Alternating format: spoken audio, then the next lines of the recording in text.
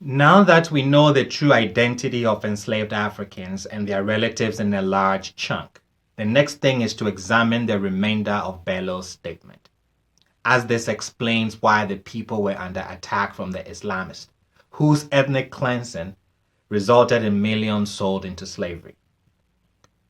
Who are the Ewe people? And why was so many of their people sold into slavery?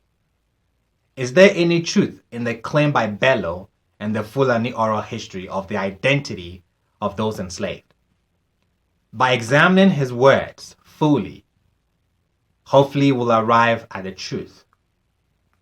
Bello claimed the people he was enslaving were not indigenous Africans, that they originated from the land of Canaan in the Middle East. Bello is implying these people he is enslaving are the ancient Israelites. The people in the area formerly known as the Slave Coast in West Africa are the Ewes, aka the Hebrews. They migrated over 3,000 years ago when the Babylonians destroyed their kingdom along with ancient Egypt.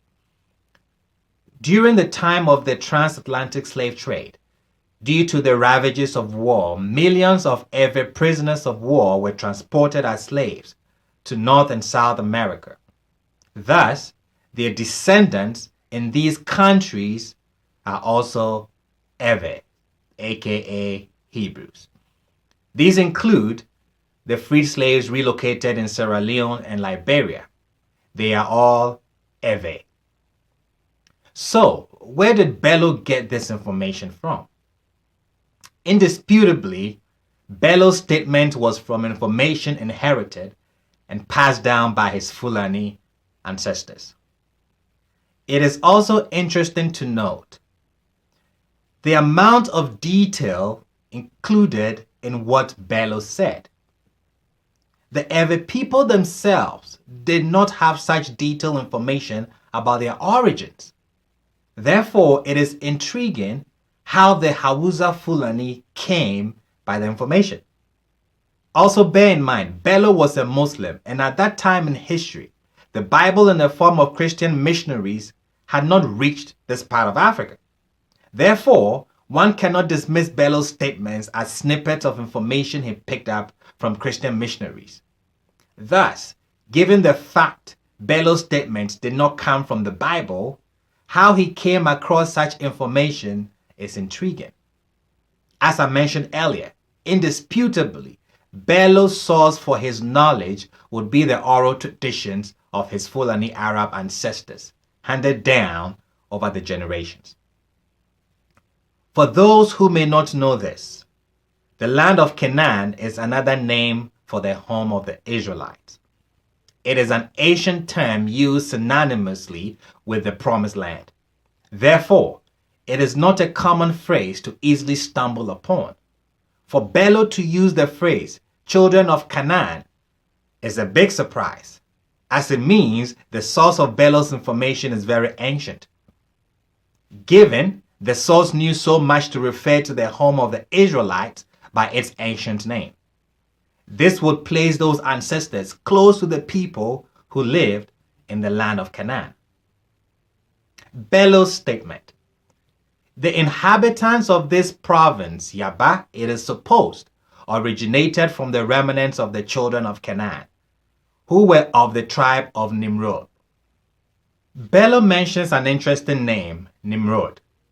As fate would have it, shortly after Bello mentions this name, history and archaeology was about to come together and unravel the mystery surrounding this name Nimrod, and thus prove beyond doubt Bello's source of information was very accurate and unimpeachable.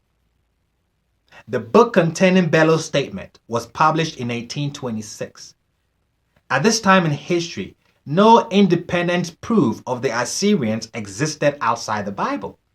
Furthermore, because Bello was a Muslim and during his lifetime, European missionaries had not reached that part of Africa, it is quite safe to say Bello's mention of the Assyrian capital Nimrod did not come from the Bible.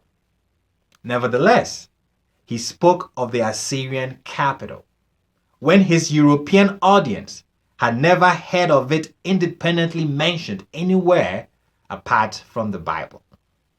The Bible mentions Assyria as the land of Nimrod in the book of Micah chapter 5.